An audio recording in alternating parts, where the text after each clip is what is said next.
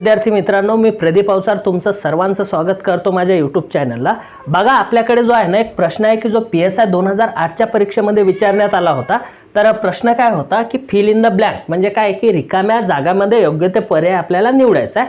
आता बघा वाक्य काय होतं, शी रिकामी जागा अनकॉन्शियस सिन्स 4 o'clock।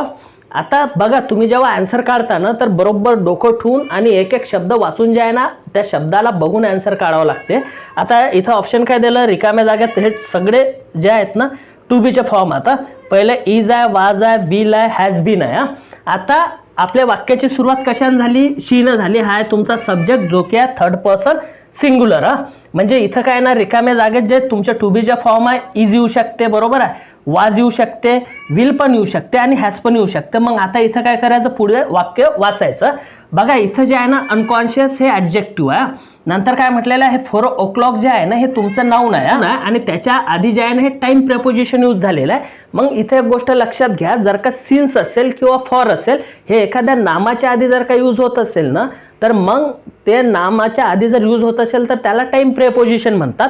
आणि त्या कंडिशनमध्ये त्या वाक्याचा काळ कुठला येऊ शकतो, एक तर प्रेझेंट परफेक्ट टेन्स, नाहीतर मग प्रेझेंट परफेक्ट कंटिन्युअस टेन्स, नाहीतर मग past perfect continuous tense, otherwise past perfect tense.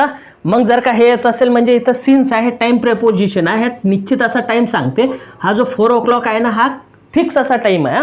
मग त्या केसमध्ये काय येणार, तुमचा present perfect continuous tense, otherwise present tense. Option बघा काय 4 नंबरचा आहे का, हॅज बीन आहे।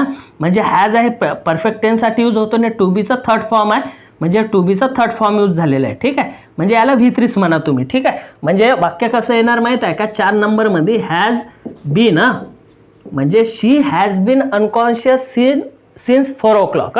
म्हणजे जवळपास 4 वाजल्यापासून ते काय बेशुद्ध आहे।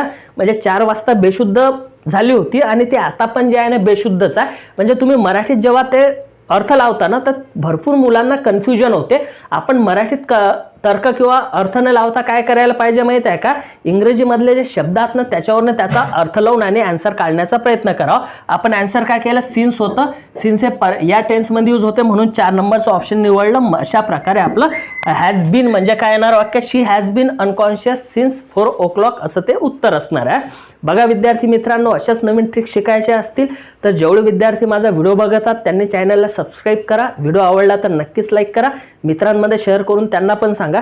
सर्वांचे खूप खूप धन्यवाद माझा व्हिडिओ बघितल्याबद्दल।